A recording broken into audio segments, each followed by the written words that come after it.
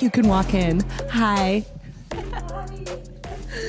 Oh, you look so cute in your little talentless gear. Is this talentless? I know it very well. It's my favorite. No brand, so this talentless one doesn't have because talentless It's the sends me so best. much stuff, and I'm like their ride or die or whatever. The material is so good and just So fits so good. well. It looks so good on you. Like I feel like you don't look like you look homeless, right? Yeah. I know, because my favorite thing is to wear sweats every day. I'm like, Literally. I You feel- do love it. You wear your sweats with just like your top, you're rocking the office like Dude, a boss. I literally go to work like that every day, and that's like my thing I commit to. I'm like, if I'm gonna run a business, I want to commit to being able to wear whatever I want, no matter who I'm meeting love with. that. So like, I literally wear mostly no makeup and wear sweats every single day. So That's the best. I actually wear suits every day, but that's because I kind of like you're that. like who I wish I was. I wish I was like that, but I just already know I like can't commit. So I just am like, It is. all right, You slowly lose like I'm like, oh God, I'm tired, and I'm wearing the same outfit all the time. All right, I'm so excited to have you here. So welcome back to Billion Dollar Baby. I am Tara Electra, and this podcast breaks down the billion-dollar ideas of today's cultural leaders that push past the traditional route to create their own pathway to success. Today, I am in bed with a real-life superwoman. Her resume includes real estate developer, helicopter pilot, licensed skydiver, financial investor, and content creator that has over 3 million followers across social media. She has brains, beauty, and ambition, and is going to break down how to live your best life and have it all. I'm so excited to introduce my good friend, Kenzie Wolnansky.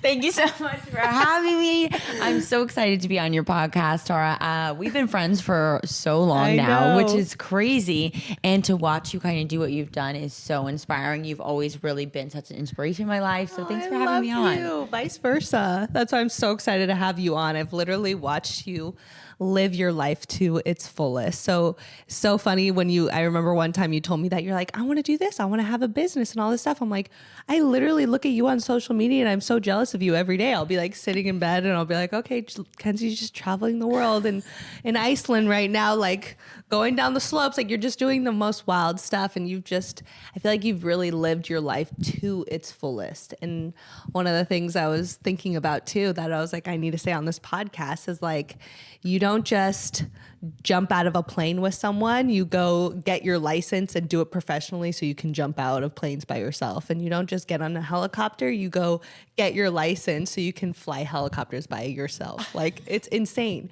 So, like, what makes you live your life like that? I kind of just really like challenges. And I think you and I both think really differently in life, which is so good. But I just really believe that we can do absolutely anything. Yeah. So I kind of always love the challenge of like when I get an idea in my head, and it becomes kind of a problem in my life because I'm just all in. And so like if I get an idea, like I'm like, I want to become a helicopter pilot. Like that sounds so cool. Then I just go do it. Wow. And then I don't realize it's a 2-year education program and I'm in it for 2 years and I always see through to the end. But I have these ideas. I was like, I really want to be bilingual. And then I just started taking Spanish classes every single day until, and I still am in them every single day until now I'm almost fluent. But it's like, I just Jesus, really you're amazing. see it through. And it's a lot of work, but I also I just love really putting myself in hard things and because that reward, I really get fulfilled in achieving goals, Wow. and a lot of people get fulfilled in different things, but for me, I'm just such a goal-oriented person. Yeah, it's insane. I can't believe I forgot about the Spanish thing. I remember you doing that. That's insane. And Yeah. you're almost fluent now? Yeah. That's amazing. But it's crazy to see the behind the scenes because it's like still, it just takes so much more time than you'd ever think, Like Yeah. every morning, because I have to go to work, like at 7 a.m. I have Spanish class, and it's like Who are you? every morning. And I'm like, and then when you're this far in, there's so many days that I'm like, I'm exhausted. I'm running a business. I'm running my social medias. I'm trying to do so much that I'm like, I don't want to take Spanish today, but I'm so far in, I can't stop. I'm like, I have to go be fluent now. That's insane. You literally blow my mind. You really are the real life superwoman. That's like what we dream to do. But then you're just like, okay, no. No. So that's what I hope. I hope I inspire people to kind of just go do it, you know? And a lot of people, like, I'm very sure of who I am and very mature. And I think the only reason that is because I've just tried everything. Yeah. You know, I wasn't afraid of what people thought. I just did everything that ever kind of intrigued me because now I know, oh, that's for me. That's not for me, you know? So I really want people to just like, because we're so taught, like, you go get your degree, you go to school, and then that's your career for the rest of your life. And most people aren't happy in their career. And they're so scared to tell someone, like, I want to go try this job because then if it doesn't work out, they're judged. But who cares? Go try 5 jobs. Like, find the one for you, you know? It's just amazing that you even have that feeling to like, okay, like I'm kind of curious about, you know, skydiving looks cool. Like, I'm kind of curious what that's like to like go get my license and do it by myself. Like, it's just crazy that you actually like, people have those thoughts, but like, it's crazy that you actually just like commit and actually do it. Like, what do you feel like? Because I don't know. I don't know what interest. I only do that with things that like really interest me. Because I'm like, I feel like I can only commit to so many things, but you clearly are like living proof that you can do a lot of things. Yeah. So like, what makes you feel like what gets you to commit, and like, how do you commit to your goals like that? I'm just a very committed person to a fault. So I guess it's like, because like for me, I'm always like, I can commit because I'm like, okay, that's going towards my career. Yeah. Like if jumping out of a plane actually like made me more money and like, or but it kind of did for me. Really? Well, because of my brand, you know, my brand online, and since I'm so committed to my you work, had something it kind of made sense for. Yeah, you're right. Because I was like, fuck, I would have to make sure it like aligned with something. Whereas I feel like you're also doing stuff that just fulfill you as a human too. Like the way you go travel and go to different countries and meet new people. Like you're also doing stuff that's just fulfilling you in a lot of different ways. Yeah. And just seeing like, it's so, you know, cliche, but we really only have one life. And so I'm like, and the more that I do, actually, the more I want to do, you know, which gets so exciting. But I really just get so fulfilled by those, like, doing those really crazy things, those bucket list items. I feel like my whole life has just become a bucket list, I guess, literally. You know, like the way that I live, but it really just excites me. Like for me, I can push really hard in my career if I know, okay, I'm going to push hard for 3 months because I got a 2-week trip to New Zealand and I'm, you know, driving in a van. Like that keeps me going, you know? So I need stuff cool. like that to kind of keep me going and get me motivated. I wish I did that stuff. You're should, so cool. Tara. You don't take enough time off of work.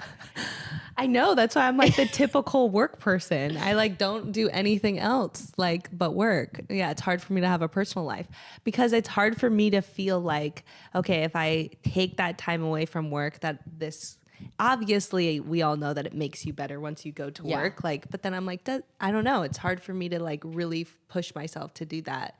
I'm like, oh no, I'm fine. Like, maybe, you know. And then you get stuck in the rut of I'm fine, you know, but it also like you got to treat yourself, you know, and be rewarded or else you are going to burn out, you know, and that's what I would see with myself. Like if I do those, I don't burn out. Like I feel so thankful for my career. I'm really focused. I'm not wanting to be somewhere else because I know like, oh, I've done that. I've done this, you know? Yeah. That's cool. You have things you're looking forward to. Yeah. It's weird. Like literally if I book a trip at this point, because I'm so obsessed with working, I like dread it. I can imagine that because you're a control freak too. I'm like, oh shit, I have to go here. And I'm like, oh, it's such a whole thing for me. Yeah, I mean, I will say now that like I have my real estate career, like, you know, developing, it's so much harder, you know, like with content creation, I was so blessed with that opportunity to really create around the world and get that time. But yeah, when you run a business, like, and you have employees and you have things like, there's no checking out ever. And so it's so much harder. I mean, I haven't traveled in actually a long time for me. Yeah. It's been like, probably, I mean, almost all this whole year, I haven't really. Oh, wow. I do weekends things a lot. Like I'll do like a little weekend in Santa Barbara or weekend in Dana Point, but like very close driving. So I can clock out for Saturday and Sunday, but I can't really leave right now for 2 weeks. Yeah. So that New Zealand trip that I was talking about was booked and we canceled it. So no way. That was heart-wrenching for me because I was like, it's been a while, but I know now what I want and what I need to commit to, and that's building this real estate empire, you know? Yeah. So it's like, gotta sacrifice. I've done the fun things, you know? I've done it all. And that's why I think people should do it when they're young too, you know? Because I traveled 50 countries before I was 24, you know? Crazy. And so you could be 24 and just deciding, and I really knew who the heck I was at that point. Yeah. After going to 50 countries, traveling the world, you know? And so do it when you're young. If you're young, like, you can go to college if you want. I love that for you. But I would just go travel the world, figure out who you are. And then after you go do that, you're only still 24 and you can like pick up and really figure out what career's for you, you know? Because I feel like that's the only carefree time in your life. You don't have kids. Nobody's relying on you. Like, just go. Yeah, that's cool. I want to get into, obviously, your real estate empire, but I first want to start with how you built your social media. I've been friends with you for a while, so I watched you like grind, hustle, come up with ideas for videos, and like you were doing some crazy shit. So I just want to walk people through like what is the life of being a content creator and what that really actually entails, because I think there's so many young kids nowadays, they're looking up to influencers over celebrities and like they all want to be content creators. And so I want to kind of touch on that. Like what was that life like for you? How do you feel like you were able to build to where you are today? I think social media is really equivalent to a business. And a lot of people don't think that, you know? Yeah. And the way that my mindset was, I really treated it like a business, meaning that I clocked in, clocked out 9 to 5. I worked every single day. It wasn't like, oh, just take a photo and go hang out with my friends. Yeah. It was very much so like there's 5 different platforms. You have Facebook, YouTube, TikTok, Instagram, Twitter, all these things. So every day we had a plan. We had Monday meetings, what content was going to be created, how it was going to work for my niche, me being like the professional stunt woman.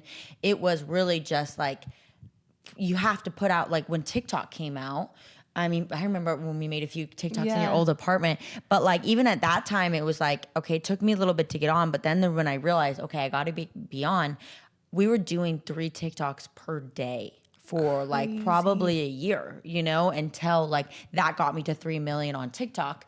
And so it's like, if anybody really wants to do social media, like I know it seems really beautiful and really fun, and it definitely is. It's one of the best careers, but if anybody could do it, they would, you know, so and true. you have to be self-motivated. No one's telling you to find that trend and go make that TikTok. Nobody's telling you to be different and create these ideas. Like, you need to be a creator, and it's all about putting out as much content as possible.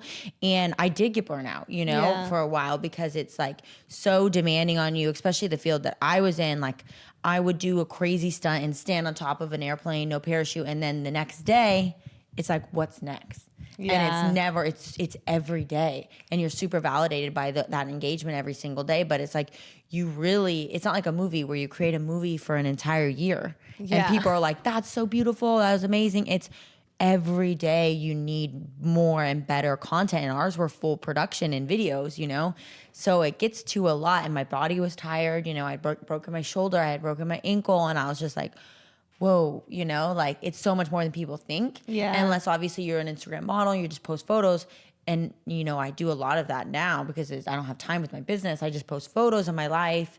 But it's so much easier. But when you're creating a brand, or you're a creator, a video creator, it's a lot more than people think. What's cool now is like, I like that you kind of showed all that, because you're actually the first influencer and content creator that I've talked to that actually said it like that. Yeah. Which I super resonate with, because that's what I've seen for content creators. Like, people they underestimate how hard it is to do it. Yeah. And commit. And like you said, you're the one that has to motivate yourself. No one else is going to, especially when you're making content. Like, you have to create it like that. So, it's cool that you kind of walked through how you got to where you are, which is like the most important part. It's like, now you obviously have this huge following. You have that as a part of your brand, which is great. So it's cool that now you can kind of slow down and be like, okay, now what's next? Because you really got there by pushing yourself in this way.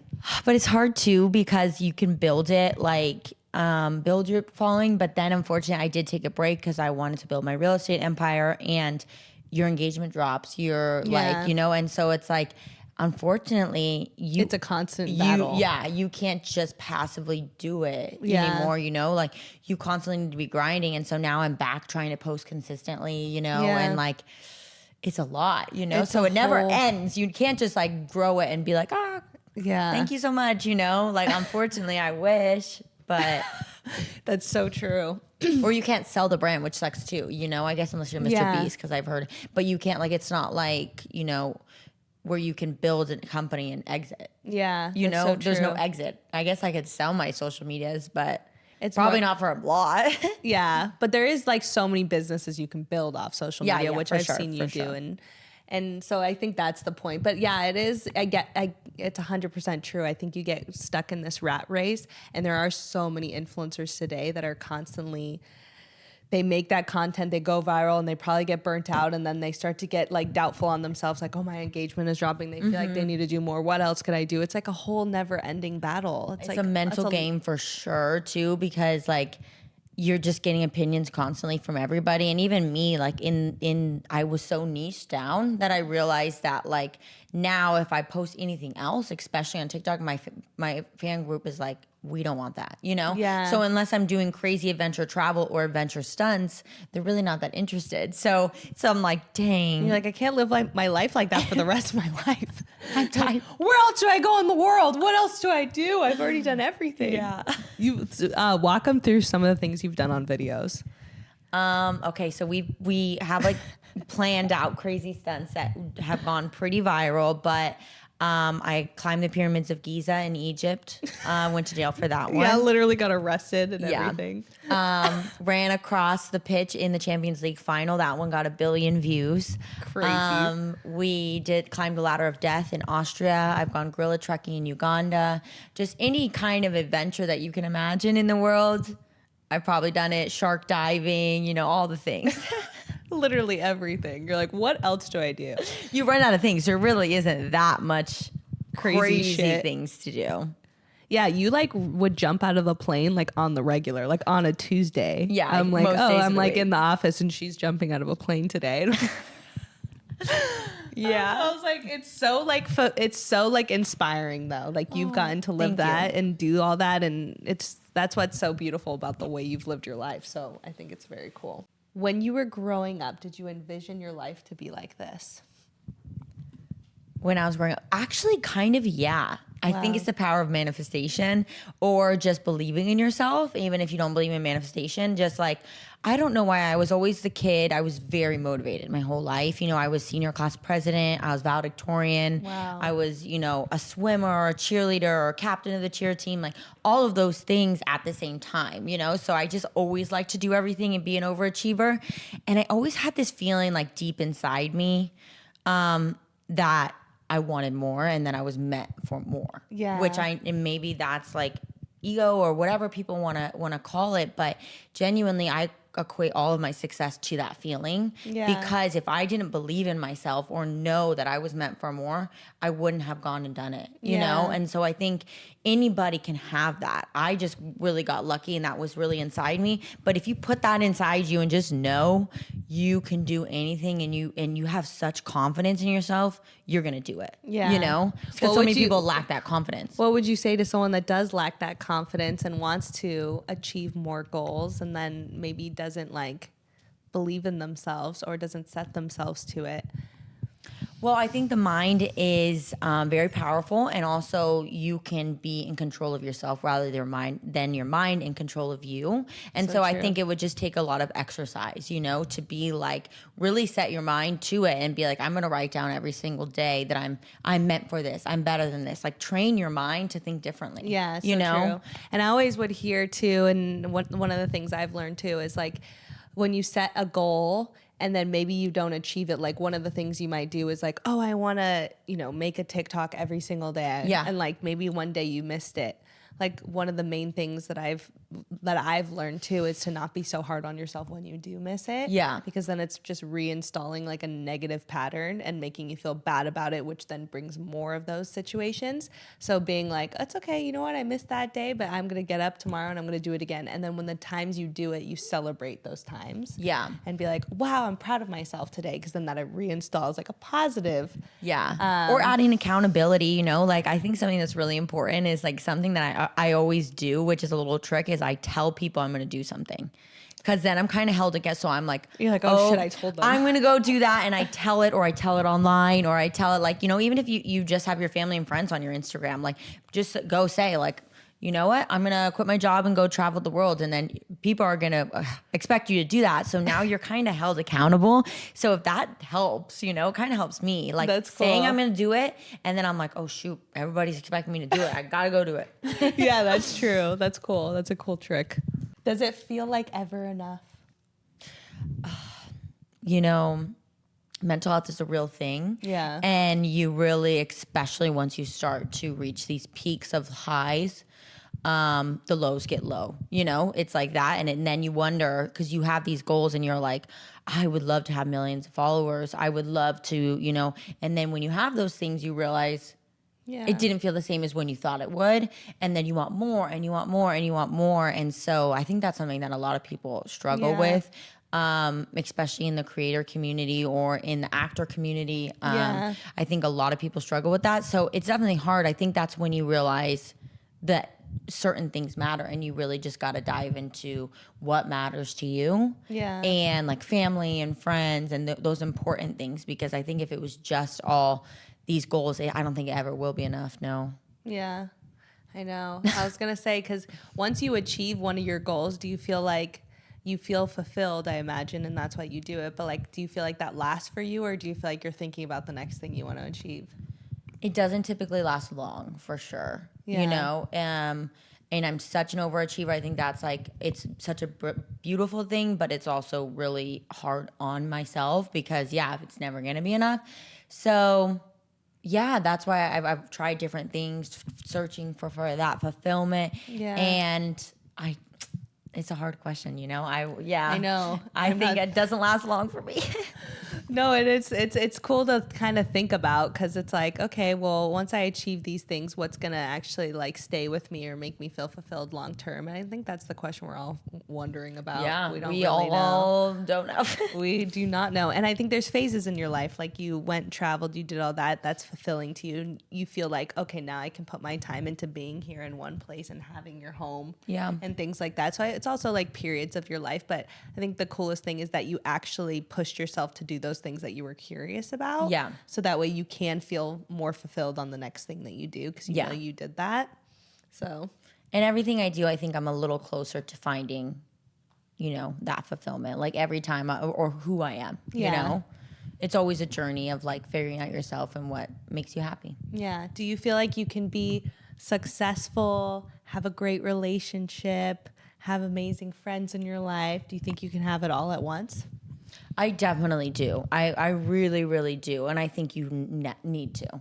Yeah. I think the only way to properly be successful is to make all those things work, at least in my life, you know, like, but I'm also like, I'm a sober person. I don't do drugs, and I maybe have a glass of wine, you know, but I don't really go out, you know, so I really do correlate a lot of bad things with that kind of realm and who you associate with, unfortunately. And I think like when I stepped back from the scene of LA and the going out and those things, like really it was like I really found so much more happiness in like, okay, having a quality relationship, having quality friends, having a quality career. And I noticed it really affected my career if I didn't have my quality friends or my quality relationships. So for me, I have to have that balance. So I think people should strive for it. You know, if you just commit everything to your career, you're like not fulfilled. So you can't bring your best to your career. You know? So true. So for me, I need my quality friends, and I'm really particular about that. And like I have a really amazing man in my life now who really like supports me in my career, and I don't think I could be the best in my career now if I didn't have that. That's so cool. I'm so happy you said that, because my sister was kind of pointing that out to me, and it's something I didn't even notice until recently after she pointed it out. She's like, wow, I noticed I was like, if I was just doing my career, then like I would sometimes like get depressed. And then I was like, okay, when I hung out with my friends, I was actually better when I was working, because I actually saw friends and I felt fulfilled by that. Yeah. And so she started to realize like, okay, if I'm not paying attention to actually having relationships in my life, it's affecting my work. And like, it's crazy to think that those things actually translate together. So like really actually committing to working on them all, which is really hard for me, to be honest. Yeah.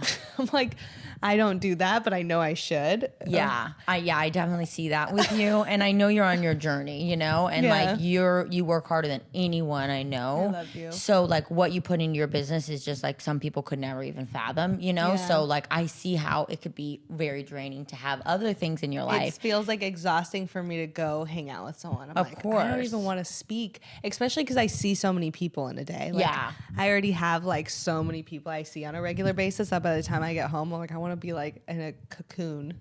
Yeah. And that's when I started to really pay attention to social settings that were draining it versus filling. Yeah. And that's what I'm super crazy about now. That's like interesting. every person that you hang out with, you should walk away and say, wow, is my cup full or am I drained? And then I did that. And then the second I felt a little drained by someone, it was a little uncomfortable. I wasn't like, couldn't just kick my feet up and feel like I walked away smiling, then I kind of cut them out of my life. That's amazing. You know? And so now every person in my life that I do see and I do hang out with, I feel so much full from, and it's relaxed, it's easy. Yeah. I don't, if I've had a long day at work, it's not an extra commitment. It Yeah. really is just like, oh, you know, like tonight, like it's Friday night and me and my friends are playing pickleball tonight. Aw, and that's like so cute. that stuff that I love, and we're all gonna go play some pickleball, probably get some like, you know, little food after and just hang out. And like, So cute. it's all friends who love the same things as me, and it's very relaxed. So I feel very full. Yeah. So maybe it's like an exercise in your life to Yeah. like, but it takes a lot of work to get there, you know? So I can see why that's a hurdle you don't want to. But I think you really need to find those people. Like, you're so brilliant, you're so kind, and your career is in the scene. Yeah. So you've never really ventured out to kind of find your people that connect with your soul rather than your Yeah. drive, you know? Yeah. And so if you found that and really committed to it, I think it could really change your whole world and life, you know? Yeah, it's so interesting. I feel like there's so many people that have that. They either have tons of friends and that's like what they pay attention to, but that they're not fulfilled at work. Yeah. Or maybe they don't really have many friends and then they're just focused on what they're doing or what they're trying to build. And so it's so interesting that that can affect your both sides. And you can't have it all. Right now, I do feel like I have it all. Wow. You're like the ultimate girl. Like, Jesus Christ, stop. you really are. Stop. Like, you're No, like not what perfect. we need to like I'm achieving to be the way you are. Jesus. No, It's like no, crazy no, no. you live this life. I don't meet many people like that. Thank you. That Seriously. means a lot. I think I'm very aware, and I think I really am good to make changes if it needs to happen. You Yeah. know, and like I really wasn't when I did make it in social media and I was in the scene, like I never felt depression before. And then I felt that because I still felt like I had this career and I was supposed to be so happy, but I wasn't with the right people. And I Wow. always felt like I had social anxiety, but I'm Yeah. actually an extrovert, I always thought. So I was so confused by it because I was like, have social anxiety, but I'm an extrovert. And then I realized it was just the people I was hanging out with. That's You know? crazy. So now that I hang out with different people, when I'm my friends, I'm silly, I'm goofy, I'm an extrovert, but around like anybody in different scenes, I was like, oh my God, I'm so anxious. Like, what do I say? Do they like me? You know? And then that is so, oh my God, I love you. That is such a good point to bring up. So find your people, you That's know? so like amazing. I go on friend dates like crazy, and I will like, I'm kind of crazy in it. I'm like, what time do you go to bed? What do you like to do for fun? Like, do you drink? You're like on a literal date. Yeah, literally. And I'm like, it's kind of crazy, but I found my people, and all my friends, like, we look at each other and we're like, 9 p.m., you want to head to bed? Yeah, okay. So it's cool. Like, we're all on the same page. So I feel like I could totally be myself and not be judged. Yeah, that's so cool because I seriously notice that all the time. Is like when the times I've went to like influencer parties or events with all these like little famous social media kids. Yeah. There's a lot of insecure energy there. Insecure because a lot energy. of them are comparing themselves to each other or feeling the same ways. Like, what do I say? What do I do? And then everyone's trying to be something because they think that's what everyone else is expecting. And so like it is a lot of insecure energy. And I've noticed myself get weird in those situations, be like, why do I feel freaking weird? Right. So it's such a good point. It's like noticing when you are like that and who you're around. Like, And write it down. Be like, Yeah. I was with Pablo, not it, you know? Like, write it down, you know? So that you can just like constantly, because you're going to keep putting yourself in a cycle. And like, so many of us don't make new friends. Yeah. They think like, oh, we've been friends, like we have to be friends. But like, no, like I would even like, I'm kind of weird though, I guess. But like one of my really good friends now, like we just messaged on Instagram. I kind of saw the way that she lived her life on Yeah. Instagram. She's also a creator. and a business owner, a creator, very healthy, going to bed early. I was like, we have a lot in common. I can really see that. Yeah. We were messaging and we're like, let's go on a walk and hang That's out. so Now cool. she's one of my closest friends, but I really saw like we had so much in common. So it's like, go make new friends. Like go on friend dates. It's really scary and it takes a lot of time to build that. And friendships are a lot of work, but if once you put it in and get past that line, then you get to the comfortable phase and it's so nice. Yeah. Wow. You're amazing.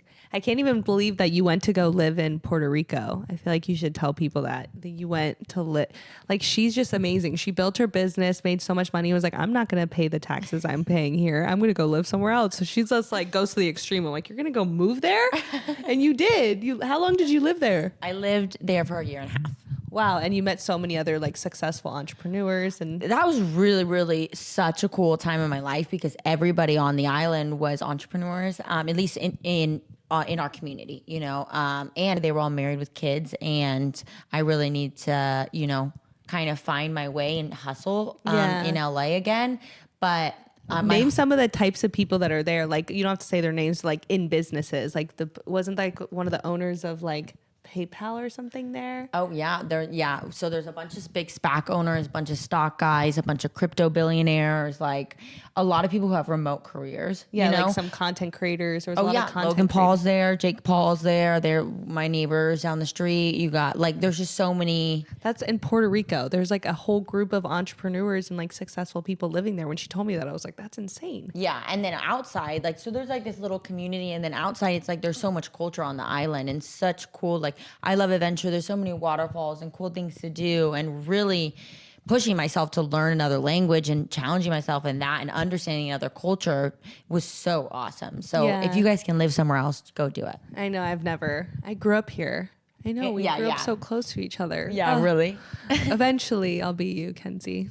You are. I look at you all the time and I'm like, a bucket list. You do so much. So don't be hard on yourself because you inspire so many people. I love you. You just need to expand, you know, how well-rounded. Yeah. Because now your bucket of work, like you've achieved so much. I think you need to give that to yourself. I think you're really hard on yourself too. Like you're not there, but you are. You know, live in this moment and be like, what you've achieved, so many people would dream to achieve, you know? Yeah. So you gotta reward yourself. That's so true, because that's like with anything, like you have to reward when you're, I noticed that so much. I was like, I can tell it from someone else when I'm listening to their problems, but then it's hard to take that advice for yourself. But like I saw one of my friends was like complaining about situations that were happening with their work, and then I was like, but didn't you just get this, like this thing that you've wanted? And they're like, yeah. And I'm like, well, then celebrate it. Yeah, like celebrate the wins. And like if you don't celebrate that, you're not going to get more. And then she started celebrating stuff, and now she's like, oh my god, I'm never going to not do that again, like my life. But now you I got don't more do that stuff. I know, now I'm not doing it. And I'm like, yeah, I literally wrote it on my computer, like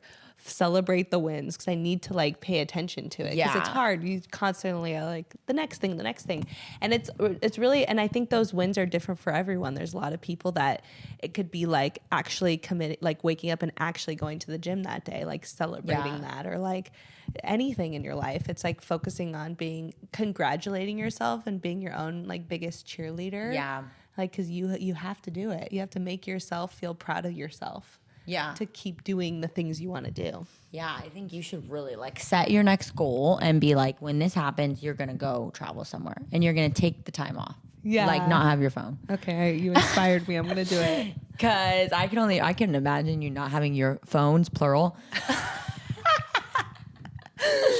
I know. Oh my god, it's a lot. It's a lot because I even had my first like panic attack. And it's crazy. I never thought I was someone that had anxiety. Yeah. And then I was like, wow, I do. And I didn't know what anxiety was and all this stuff, but it just shows like, when you're clearly like working yourself like that and constantly trying to achieve things can create different things that come up for you that you're like, what is this feeling? Right. And you got to listen to your body, you know? Yeah. To know like, okay, if I'm feeling like this, there was actually this really cool thing that I saw, and it was like, if you have a partner, you know, it could be your sister or it could be your partner, but it was like, sit down once a month and like write out. I'll have to send to you. I saw it on Instagram, and it was like, write out the things that are giving you anxiety, write out the things that like aren't making you, and it was like really intentional. And I was like, Imagine if you actually thought about it and been like, whoa, this is giving me anxiety. This is like making me feel away. You know, I feel like we would take one step closer to fixing that. That's so true. You know, because most of the time we're just like, oh, it's fine, it's fine, it's fine. Yeah, and if anything, we almost don't want to pay attention to it. We like try to ignore it. Like, oh, I'm good. But by doing that, you're right. We are living in a cycle. I love that you said that before. You're like, if you don't pay attention to who's draining your energy, you're just going back into the same situations. And then you're like, I'm so drained. I'm like, well. I'm so depressed. What's going on? That's so cool. You're like stopping and actually like looking at your life. That's cool. Yeah. I need to do that more. Let's go into your relationships. Okay. How does someone date someone like you? You're like the ultimate package. Do guys get intimidated by that? I feel like you're such a overachiever that I feel like guys probably do.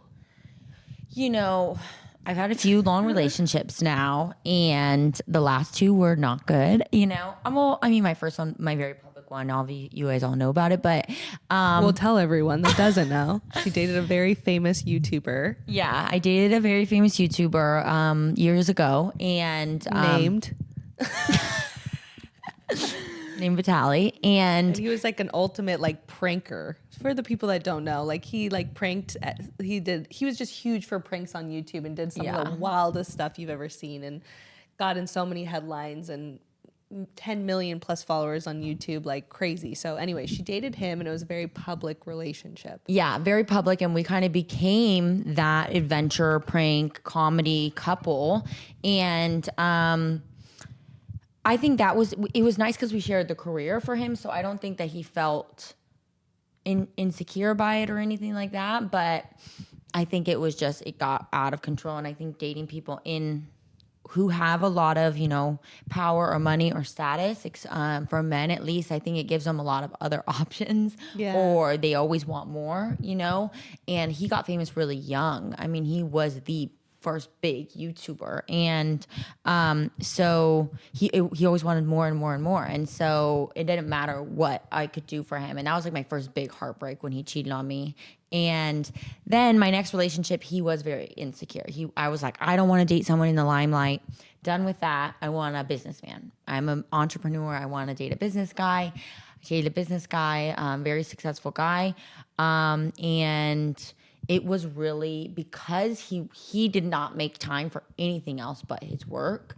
I just would do everything for him just to get any kind of like, please see me, you know? Yeah. And he just didn't have the mental capacity to be in a relationship, you know? His whole life was his work. And so that was not a good relationship, but I learned a lot. And so I think like all dating is hard. If you're an entrepreneur or not, or me or whatever, but I think like if you are a really driven woman, you have to be very cautious because men do. Guys really love it at first when they start dating me. They're so excited. This is so cool. You know, you're well known and you're successful and you have money or whatever. And then a few months in, they're like, whoa, this is a lot. You know, this is a lot. Or also like, I can't keep up with you. Or, I wonder if it brings out insecurities in them. Yeah. And I think that's why my past two relationships getting cheated on, like, I do think it was a lot of like, a lot of cheating is insecurity. Yeah, you know, for sure. Wanting that validation from someone else outside the relationship. And so hopefully, I mean, I'm in a new relationship now and he's very secure, very supportive. And I hope it's different, but I think every relationship has their challenges. Yeah. But I definitely do think being a woman in that role, it is very different, you know? Yeah, like in business in general for females that are doing successful, it probably is intimidating. Yeah, because it's a natural instinct to want to provide as a man, you know? And it's a beautiful thing, like the testosterone and the estrogen, like it's our natural instinct to cook and clean and provide for a man in that way that we can. And so kind of when that dynamic is thrown out, our natural like hormone dynamic, it is just different. So I'm trying to find a more feminine side of me as well, where I come into that role. You're teaching me a lot today. You know, I need to do that too. I want to be that role, and I want to be a mom, and I want to be able to do it all. And so I think I've just kind of come to the conclusion, at least for me, that right now I'm really grinding in my career, but I do plan on taking a step back when I have kids and get married and be able to come in more into a feminine role. I'm not saying anybody else has to, but I think for me, I do have that side. Yeah. And I really over dominate it with my powerhouse side. And I just don't, I think there's something beautiful about being feminine. You know? And so I'm like, if I work 20 hours a week, hopefully my business will be at a place where I can take a step back, have my kids, have my husband, take care of those sides and take care of my business, have that balance. And I do think you can get there. I think the core for like me always wanting to be successful was just like the idea of like never wanting to settle or need a man. Like I hate that. Made me feel so uncomfortable. Like the idea of marrying someone just for money, I was like, that's so depressing. Like if I want to if I want to be able to have these things in life, I have to marry someone and I could not even love them. Like I couldn't think of anything worse. And I've seen a lot of people do that. And even like, I mean, I think it's a horrible idea. Like even with my ex and him being very successful, he really wanted me to not work and be the wife. Yeah. And I gave up a lot of opportunity for him because I thought that's what I wanted. And then when it came down to it, when he cheated on me, I was in this position where like, I'm like, oh my God, I see now where women are like, well, this is his house, his cars, you know, like, what do? You can't leave and then you're just okay with a guy treating you bad. So I think there's a fine line. Yeah. But finding that relationship where that man will never make you feel like that no matter what. Yeah. Because, you know, with my current boyfriend, I have the conversation where like I'm successful and I can continue with my career. But if we have kids, this needs to be like understanding the partnership. Like, okay, sweetie, to my boyfriend, you could stay home with the kids because I can go make a lot of money in my career. But it needs to be understood that like everybody's doing their part and it needs to be like, it's no one's money or not, you know, because raising a family and holding down the household is such a big portion. Yeah. So if I'm going to give that up, it needs to be like a safe understanding, like, okay, it's our money, or if not, he can gladly stay home with the kids. I'll provide, but I'll go to work. That's me, my masculine side jumping in. But then I want to be able, the person I'm marrying, if I don't trust them enough to be able to fulfill that side and feel comfortable taking a step back for our children, I'll never marry them. You know, and I feel like that's why you need to know enough, like who the person is marrying you know, true. And having those difficult conversations that it's like, what roles are we going to play? Are we going to have a nanny and we both work the same?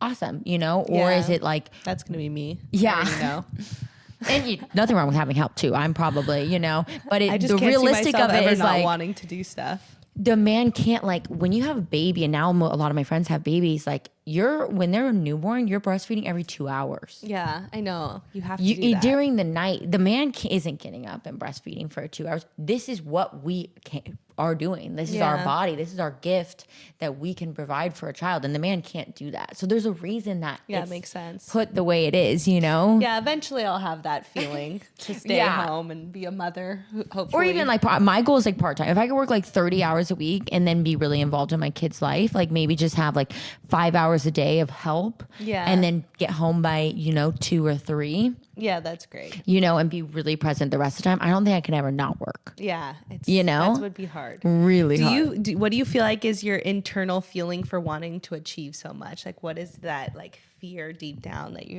because mine is that it's like feeling that not feeling secure thing of like feeling like I need someone in order to feel secure made me always feel like motivated. Right. I mean, I kind of really relate to that. I think my biggest fear in life is security. It's something that causes me the most anxiety. Same. I kind of have a bad relationship with money, and feeling like I really need a lot to be able to feel secure. Same. And it's bad, it's bad, but it's why we always achieve so much, because we're never content in that. So I've really been diving in and trying to work on my relationship with that and the insecurity of it because, so many other people have different situations and they're fine, so we should be fine.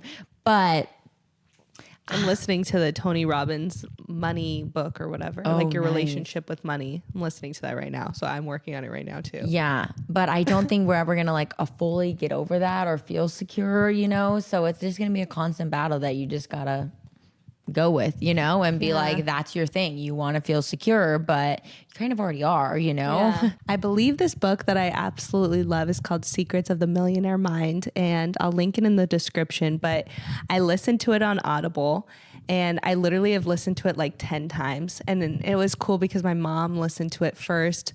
a few times, and then she just started making so much more money in her career. And she's like, I don't know, it just clicked with me. And I was like, why isn't it clicking with me? I remember a while ago because I listened to it. It was years ago, and then I was like, I just need to keep listening to it. So I listened to it like multiple times, and then it finally clicked. So, anyways, you guys need to listen to it. You need to listen to it. Okay. And I need to listen Adding to it it. to my Audible. But it's definitely about your relationship with money and like the way that like our upbringing affects the way we look at money and my like gosh, I'm different sure. different things we're told as a kid, and then like the way that and starting to notice different things like how you feel about when you're spending and like what relationship do you have? Do you feel like you're giving it away, or do you feel like you're giving like it back for more to come, like your energy with it? So there's like a scarcity mindset. Someone told me once that it was like me being so afraid of always losing money and being like needing the security and being like, oh, it's, you know, I have to save it all. Like I'm just a crazy saver. Like I'm so frugal.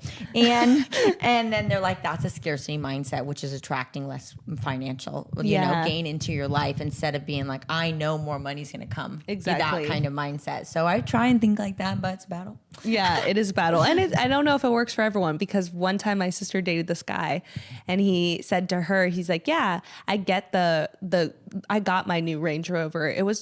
I felt like it was a little too expensive, but I told myself I'm going to get that car because I'm going to make sure that I can afford it. Nice. And he's like, and then I do. So I'm like, oh, so I guess it depends on who you are too. And like really. Yeah, we would never get a car we couldn't afford. I know. Never. I was like, that's beautiful. I was like, wait. Makes me feel sick. Okay, lastly, let's talk about you being a real estate developer. Okay. Since I've known you, you wanted to get into real estate and own properties and all this stuff, and now you're developing homes. So kind of walk us through like what that's like. What does someone do? Like, where does someone first start when they want to do that? It's cool. It's a cool career because anybody can do it, you know, and that's what I really like. And it was like anybody can become really successful at it too. It's really, really difficult, just like any business that you're starting. But you can just start flipping before you're obviously developing's ground up construction. Instead, you can just be flipping houses. The cool thing about like flipping houses is that you can, it's a very unlimited scalable company, you know, like once you have your systems down, which is the process of finding deals, raising funds, and then doing the actual construction and then selling the deal, which obviously so much goes into that. But when you have a system and you have a team, you can do 50 to 100 properties a year, you know, and then you can continue to scale up doing big developments and like that cash flow, you can make, you know, millions doing that. That cash flow can be invested into your long-term holds, like your apartment complexes. That is going to build you that financial freedom. So for me, it's like I want to, because of that scarcity mindset, that security that I always needed, I want passive income. Yeah, I want that for sure. I'm going to be making X amount per month from my rent coming in from my tenants. So that was something that always really intrigued me. And so that's what got me into real estate. And I always wanted to do it. I just never dove in and did it. Yeah. So I locked down this last year and dove in and like been grinding our butts off. But like what I've learned in this last year is insane. So I think anybody who wants to get into it, I would maybe take a course or something. I took a course. It really did help me, but also like just go do it. So did you take like a real estate course, or did you take like a real estate development course, like of how to like fix homes and stuff? Yeah. Specifically fixing homes course. Wow. But then from there, now that I know, okay, any of my profits I want to put into long-term rentals, also to defer taxes. So explain that a little more to us. Okay. We're newbies to this whole thing. Go ahead. Okay. So yeah, say you make a certain amount. So you can be flipping a house. You go buy it for $1 million, you put 200,000 into it, and then maybe you go sell it for like 1.6 or whatever. Or if you can do it on the lower end too, but in Los Angeles, unfortunately, that is the lower end. But even if you don't have money, honestly, like I have all my money tied up in other deals. So I've had to go hit the streets and raise funds. Yeah. And anybody can go raise funds. Call your cousin, call your uncle. You'd be so surprised. Like my sister was like, oh, I have $100K from her engineering job and was like, I want to invest it because we give really great returns. So you can raise money from anybody. So go, the biggest thing is finding a great deal. Go find the crappiest property ever in the best neighborhood and get it under contract. You know, go door knocking, do cold calling, like find people who want to sell that aren't really on market. And then you have to buy it at a discount and then renovate it and sell it. And you can make hundreds of thousands from that. And each property, then scale it to make millions on doing a bunch. And then when you So how do you know the difference between a property that you like fix up and rent out to get passive income or actually invest to keep the property so that it constantly makes you money? Or one that you just buy and then sell, or one that you buy and hold? It's a personal decision. A lot of people I know will actually, their whole strategy is instead of flipping it, they buy and hold all the single family homes. Wow. I like to flip the single family homes and own the apartment complexes. Wow. You know, so I'd rather flip the single family homes and take my profit and go buy a building where I have a ton of tenants, rather than some of my friends who have like 200 single family homes, and they're creating a lot of passive income, but it's just a lot more doors and a lot more maintenance and things like that, instead of having one building with 200 units in it. Yeah. So it's everybody's plan is different, and whatever works for them. That's what's cool about real estate. Jesus Christ, I can't believe do you own an apartment complex right now, or that's your goal? That's so our goal. sick. So now we flip all the houses, we have the income, and then now we're looking saving into, up to, can I invest in your apartment complex? Yeah, definitely. Yeah, and that's what we'll do. I mean, we have our real estate podcast, actually, Blondes Building Equity. It's me and my best friend. Super cool. And all we do now is real estate. It's really fun because we're two young blondes, like, in this industry, it's really male dominated. You guys have to go listen to that if you're interested in building wealth with real estate, which we all know is like the best way to build wealth. You have to listen to our podcast talking about it. And especially now, I mean, we're in a recession. It's confirmed now, you guys. It's not even, we're going into a recession. The GDP scores for the last 2 quarters, we're in a recession. Things are getting really bad. It's going to be really bad for the next 2 years. So 2 years is so long. I know, but also this is the time. Like, imagine 2008. This is the time, opportunity of our lifetime to go buy things at the craziest discount. The economy is going to be really hurting. People need to offload their properties. Nobody wants to buy. Interest rates are too high. So you need to go get creative financing, figure out a way to go buy those properties, you know, from those people who are distressed.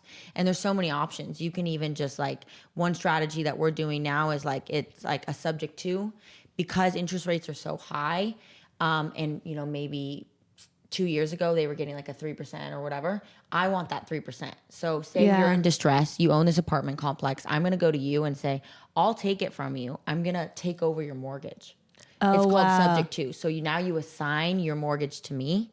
Oh, wow. So now I have a 3% instead of going and getting 8% if you would have sold it to me. So I pay off because you're in a distress. Nobody would normally do that. But if you're really trying to offload the property, I'll pay you full value. Wow. But you're going to assign the mortgage to me. So I pay off your loan and maybe a little extra, but now I inherit that 3% mortgage. Jeez, that's so cool. Yeah, so there's so many options. So this is what I do. I'm like a real estate nerd on my everyday now, but it's hard. It's I was gonna say, how do you even begin really to find, like, how do you even know when someone's that wants to get rid of their property? Like, where do you begin to find that? Cold calling, sending out mailers. So do you see, like, do you go on Zillow? I go on Zillow every morning, by the way. You love I it? swear I'm obsessed. I just look at houses all the time. It's so fun. It's like my pastime. But do you look online and then see houses that are for sale and then call them, or like where do you begin to find listings? Not typically, because once they're on the market, they're kind of unrealistic. I mean, times are changing, so now maybe, but it's usually off-market properties we find. Wow. So we have people called wholesalers that work for us who go find the deals. Wow, that's cool. And they'll make a cut. So say the house is worth $1 million, or they go get it under contract. That means they're door knocking, they're talking to random people. Do you want to sell your house? We'll buy it right now, cash. Then that person, if they agree to $1 million, the wholesaler will then sell it to me for maybe $1,050,000. So now that wholesaler just made $50,000. Wow, that's a good job too, to be a wholesaler. Wholesalers, I know wholesalers who make a couple million a year if they're a hustler. Like it's a job you don't need any capital, because you just get the verbal agreement from the owner, and then you sell the deal to me. So I buy the deal. That's so crazy. they don't need to buy the deal, but they just made $50,000. Wow. So if you're doing a couple of transactions a month, you can really make a lot of money. There's wholesaling companies that like run and they make so much money. That's because they don't want to do the work. They don't want to flip the house. They don't want to go through that headache. They just want to find a good deal and give it to an investor. Wow. But they help me out, because if that was on the market, that deal would have been 1.3. He's giving it to me for $1,050,000. That's So cool. it works for everybody in the relationship. I love my wholesalers. Okay, are you gonna help me with real estate, Yeah. Kenzie? Yeah. It's official. It's on camera. You It's have to on help camera. me. I have We're never gonna bought get a you house passive yet. income. I know, and one of the things that's really cool about owning property, right, that I keep having everyone tell me, is that you can write it off towards your taxes for depreciation, right, of the house. yeah. So every accountant looks at me and they're like, "Why don't you own property?" I'm like, "Well, But it I feel can't like be your it's personal scary." residence. Yeah. It has to be a rental. Yeah. So how it works, which is genius. Like that's the reason I was like, whoa. So this guy that I know, he's a billionaire in real estate. He in California pays no tax. And I was like mind blown. I'm like, what do you mean you're a billionaire and you don't pay taxes, you know? And then there's something called cost seg and depreciation. It's really complex, so this might be, but you can depreciate an asset for 27 years. So what people do is they do accelerated depreciation and they write it off. Like, so you can have a business that you're making a ton of money, and then you can have your property, and by doing the cost seg depreciation on that property, it offsets your income in your other business. But there's a lot of legality to it. Like you need to be a real estate professional. So in my case, like say my husband, you know, he does venture capital, my future husband or whatever, and he makes a lot of money. I am technically a real estate professional because I'm a licensed real estate professional. If we're married, I can offset all of his earned income by buying his properties, and Jesus so we don't pay Christ. any taxes. Holy shit, you're blowing my mind. It's a lot harder than it looks, you know, but Yeah. that's why for me, my active income is flipping houses. My passive income is buying an apartment complex to cost seg. So say I made $1 million in my house flipping business, I need to go now buy a $3 million building and with a loan, you know, because you use Yeah. that $1 million as a down payment, and then I can write off that entire $1 million taxes. Wow. So then it's like, and then now you're building wealth. You got equity in the building, but you have to be able to move that money, you know, and understand that you're putting it somewhere else right now. Yeah. And you can always refi out later. So that's kind of the strategy is like you go put that $1 million in and you add value, and then you get an appraiser, and then they come appraise it for $4 million and you refi your $1 million back out. So there's a lot of steps that goes into it. So cool. Yeah. Thank you. Yeah, so hopefully one day you guys I'm going to be a billionaire, but right now I'm hustling and struggling. You saw it here first. You marked your words, so I'm so excited. So everyone knows about Blondes Building Equity now. Tell us where else we can find you. So yeah, well, Blondes Building Equity is my real estate business, but if you guys are interested in following me personally, my name is Kinsey. It's just Kinsey on Instagram, Kinsey. And on TikTok, it's Kinsey Wilansky. I post all the time.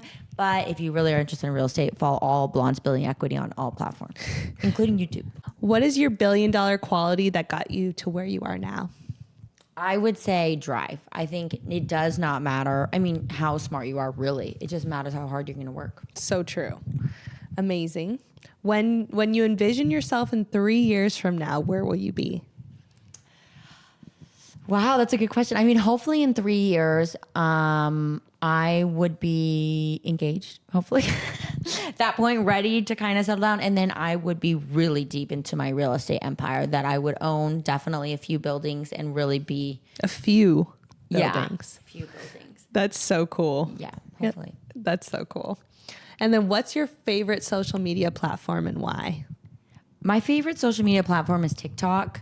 I really love TikTok. I think it's more organic. Like I always am like, oh, this photo is not good enough for Instagram. Like you overthink Always. it. I kind of post whatever on TikTok. It's Yeah. so like it's carefree. It's really just fun. And I prefer to go on TikTok actually too. I learn a lot. There's a lot of Yeah. like story times. I think it's just more real. I agree. I Yeah. definitely agree. TikTok's the best. That's why everyone loves it. It's so authentic. Yeah. Yeah.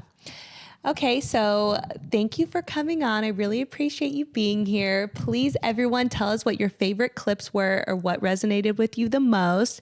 Kenzie and I are going to be reading your comments, and please come back and visit us every week for a new $1 Billion Baby episode. Thank you guys so much for watching.